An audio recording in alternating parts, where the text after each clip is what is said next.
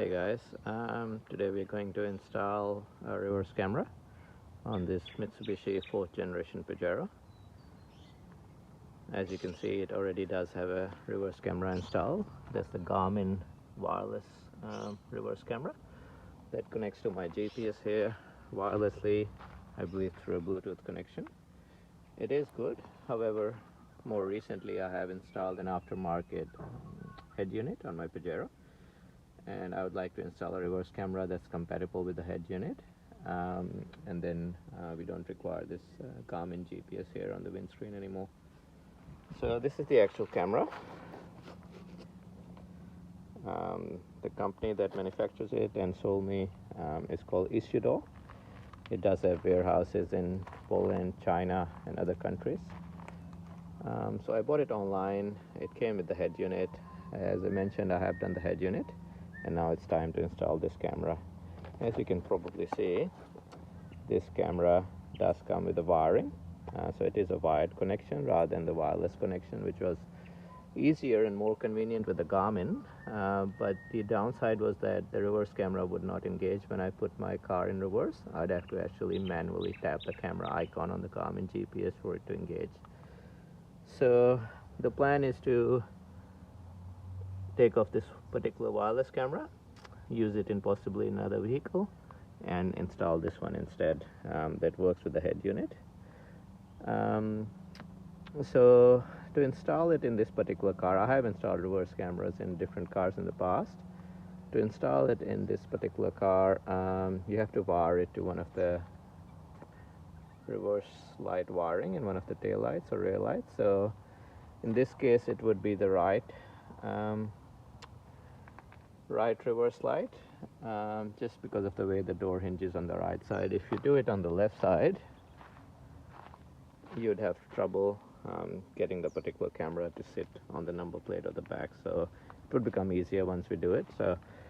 But before we do install it, obviously we take off this particular one, and for this particular car you'd have to take off this spare wheel cover to get into the back and feed the wiring through towards the area of the reverse light. So to open the cover, as I've shown in a previous video, you need to take these two plastic caps off and get to these two bolts. So to undo these bolts, and then you'll be able to open the spare wheel cover and try and feed this wiring through to that light. So we'll just go ahead, we'll undo these, we'll open up that cover, and we'll go from there. Okay, so we've taken the two bolts off that were securing the rear wheel cover to the back door. You do need a size 21 socket wrench for it.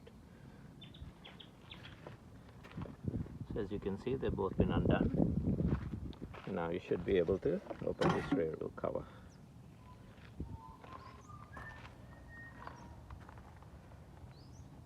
Okay. The wheel itself, obviously. So what we'll probably need to do when we install this camera is put the camera somewhere around here, feed the light through around one of these tail lights. So feed the wiring through one of these tail lights. I'm not sure if you can actually see it, but there is actually a small space there. Sorry for the bad lighting. So you can actually feed the wiring through that little space.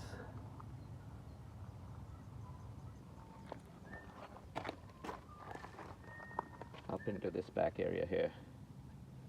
And from here, we can just feed the wiring through along here at the top, or bring it down along here to the bottom, just like they've done with these tail lights wiring.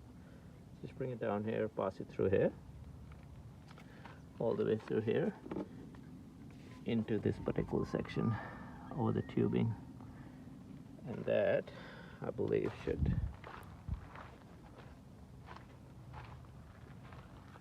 just feed in through there.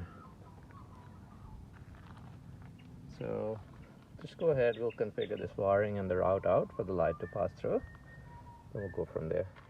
Okay, so we made a little bit more progress in tracking the route of the wiring that this reverse camera's wire has to follow through.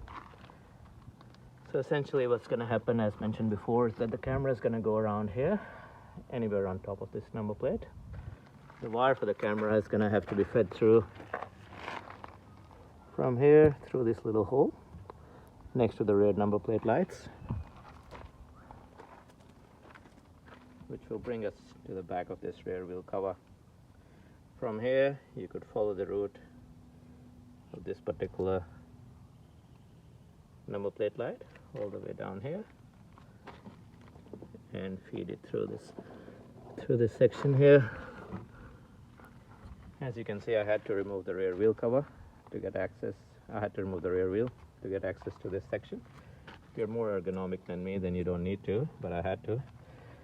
Plus I also wanted to check on this rear wheel lift kit plate that I had recently purchased and installed to allow my rear wheel to be lifted a bit higher, for it to be not a hindrance to when we access a trailer and we're able to open the rear door. So this was a Chinese one, an aftermarket one, a cheaper one, and I'd heard some people say that they're not good and the nuts can be sheared off or the bolts can be sheared off, but as you can see, it's not the case. So they're all still looking pretty sturdy and solid, and nothing's been sheared off or damaged. So anyway,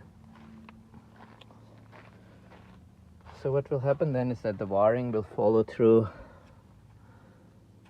into this hole here, from where it will be going into the reverse light. As you can maybe see, you can see a bit of light there. So that light's coming from that hole we just saw.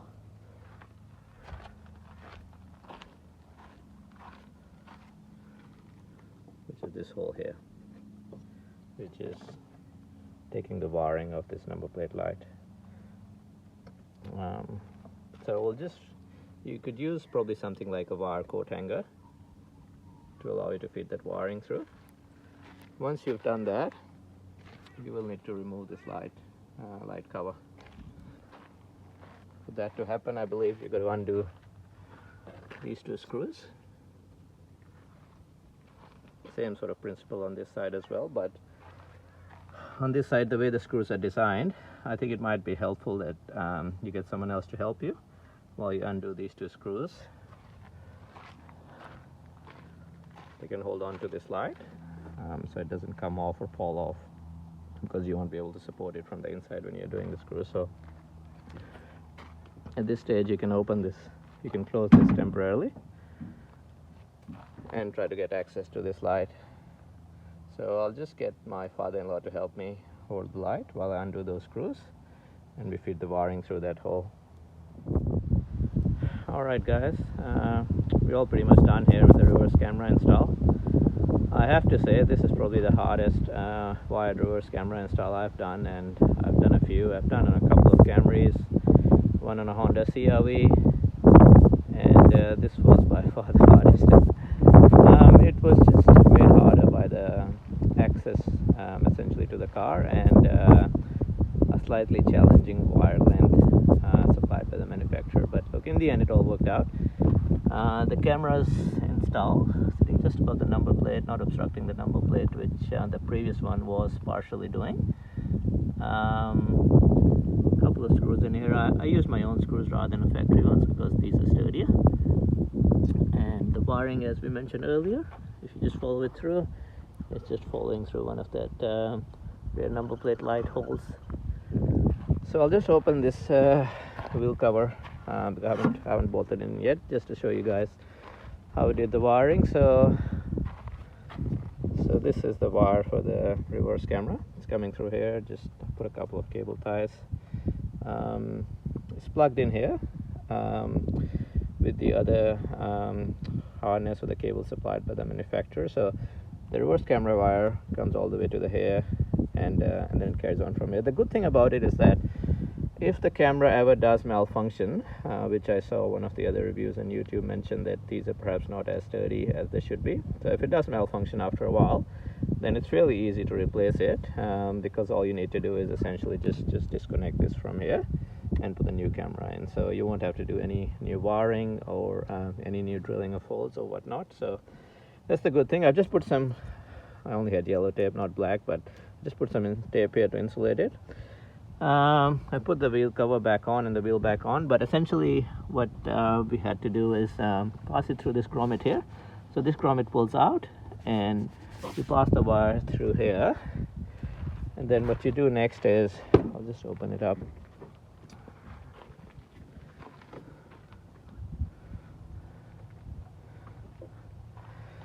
So and these come through this grommet here. So there's two wires. There's one black wire, thin little black wire that goes and connects all the way through a connection to the front head unit, and there's a black and red wire that connects to the reversing light, to the negative and the ground and the positive on that. So I had to drill a couple of tiny holes through these grommets, like one here to pass this black wire. I had to drill a hole through the plastic and then through this plastic, and it's all the way down here, and it's being, I'll show you where it's being connected. It's being connected here. You don't need to do this connection. I had to do one because I had to cut the wire to pass it through these little holes. So that's all good. So this one, this is the only sort of weak point or critical point here, this particular wire. As you can see, it was very short and we just made it work. But there's a little bit of, well, I've actually been able to stretch it out a bit, so there isn't any tension on it anymore, but it's a bit naked, it's a bit exposed. It's not coming in contact with the door panel, because even when you close the door panel there's a little space there, but it's working okay, and we'll see if we can find a better solution for this in the long term, but so far it's fine. This particular wiring, I mean, you could just take this panel off and do it a bit better, but I just passed it. Yeah, I just passed it like this, so which is fine as well. And then I passed the wire through here underneath the seat, and I'll just take you.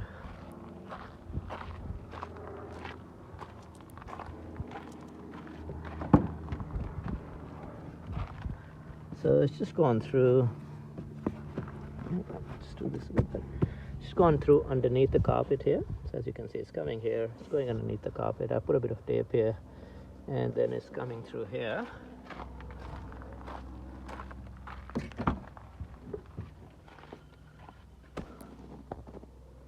You can't see it, but yeah, it's coming through under this panel here, and then it's going up. It's going up through this section that's being fed up into the head unit. So ideally I would have preferred to do it this way. I would have preferred to bring it through here, underneath here. I did remove this panel, and I could have just brought it through here with the factory wiring underneath here and all the way back, but that black cable, it just wasn't long enough. In the end it was about a foot and a half short, so I had no other way than to bring it this way. But look, it's working okay. What I'll do is I'll just quickly show you. Yeah, so it's a bit tricky, but yeah, we did make it work in the end. So okay, so that's the door closed.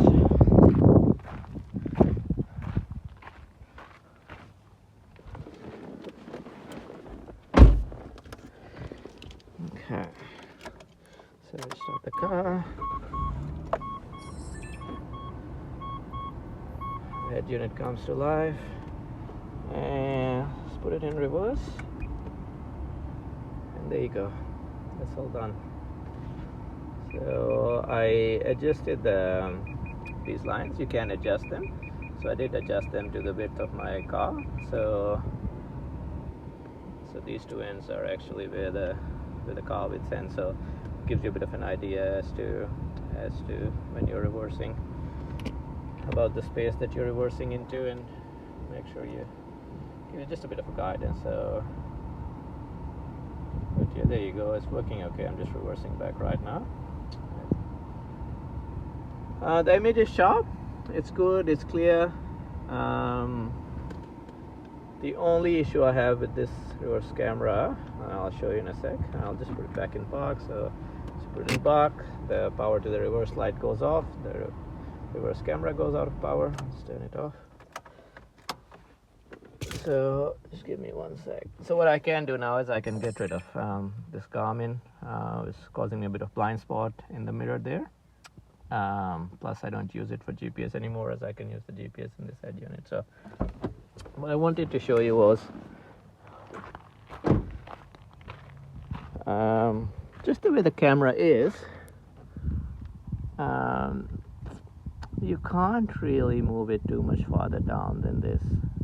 So ideally I would have liked it to point a little bit lower, so I can see immediately underneath and behind the car, which I can't do. So I've got a bit of a blind spot, probably around a meter or so behind the car, but it's not the end of the world. So, but yeah, that's how it is. It's a good camera, looks good. Let's see how long it lasts. And a bit labor intensive installing it, but it's finally done, and it's wired, so you don't have to worry about any Bluetooth signal dropping out that I was getting from time to time with Garmin. It'll always work as long as the camera doesn't malfunction, obviously. So yeah, that's all done. In the end, it's worked out good, so hope you liked it. As I mentioned before, it's the reverse camera that comes with the Isudar head unit that I've recently installed in my Pajero. You can buy it from the Isudar's website or their Chinese warehouse's website, which is Zhai, and yeah, they ship it promptly. And the camera itself is pretty cheap. I think it's probably around $20. The head unit is a bit dearer; it's around $300. But that just depends on what specifications you get. You can get higher RAM and memory, and probably be even more expensive. But it's working fine for me, and I'm happy with the camera so far. So let's see how it goes, how it survives in Australia's relatively more rugged conditions than possibly China. And I'll keep you updated. So hope you liked the video. Please feel free to like and subscribe if you did. And thanks for watching.